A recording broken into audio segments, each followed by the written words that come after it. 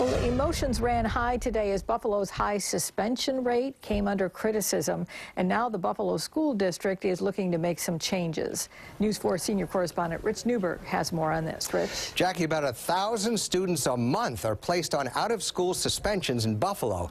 Some of these students wind up on the streets and suffer terrible consequences.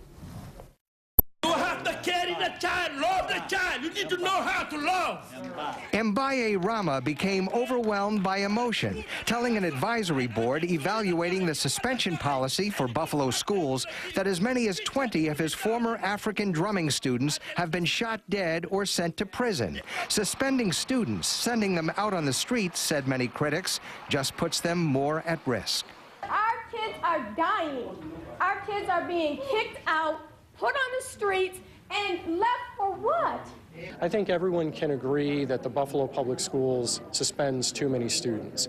And principals would be the first to agree that there are too many students that are suspended. It has been almost 2 years since Lafayette High School freshman Jawan Daniels was gunned down at a bus stop after being suspended for walking the halls. He was like a typical teenager who needed some guidance and direction, who had been suspended repeatedly for one thing and one thing only, and that was skipping class.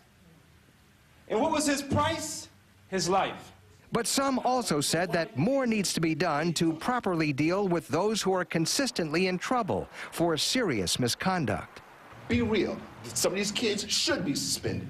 They should be suspended. We can't teach, we can't talk. They take up too much of our resources in terms of time, money, and energy. The advisory board will use its time and energy to make recommendations to the Code of Conduct Committee, and then the school board will consider taking action. A second hearing began at 5 p.m. tonight at the Waterfront School and runs until 7.